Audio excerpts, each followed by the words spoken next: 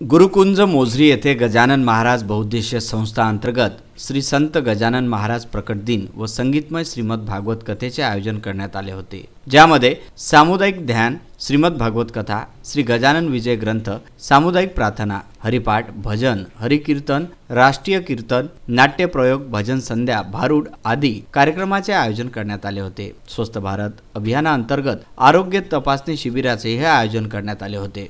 या आरोग्य शिबिरामध्ये 10 तपासण्या करण्यात आल्या, ज्यामध्ये 192 रुग्णांनी आपल्या तपासण्या करून घेतल्या। त्यानंतर तपासणीचे निर्णय व समुपदेशन करून औषधी देण्यात आल्या। या शिबिराकरिता विक्की पांडे, अमरावती जिल्हा व्यवस्थापक, स्वच्छ भारत अभियान, तसेच दिनकर सुंदर, अनुलोप मित्र संगम परिवार, डॉक्टर नलीम, डॉक्टर वैभव कापसे, डॉक्टर पूर्वेश फाले, ऋषिकेश ठाकरे, अक्षय सोनोने, पंकज कलाने, प्रितेश ठाकूर, निलेश मोहरे आदींनी परिश्रम घेतले। विक्की पांडे, जिल्हा समन्वयक म्हणून स्वस्थ भारत अभियानचं काम करतो।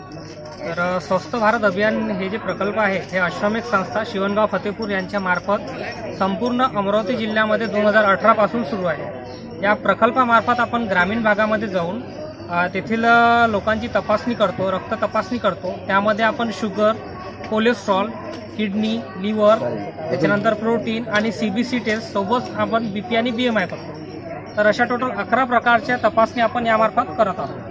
तर आतापर्यंत आपण या प्रकल्पामार्फत 150च्या वर गावं आपण केलेले आहे। श्री गजानन महाराज बहुउद्देशीय संस्था गुरुकुंज मोझरी यांनी जो हा उपक्रम शारीरिक तपासणीचा घेतलेला आहे तो अत्यंत स्तुत्य आहे।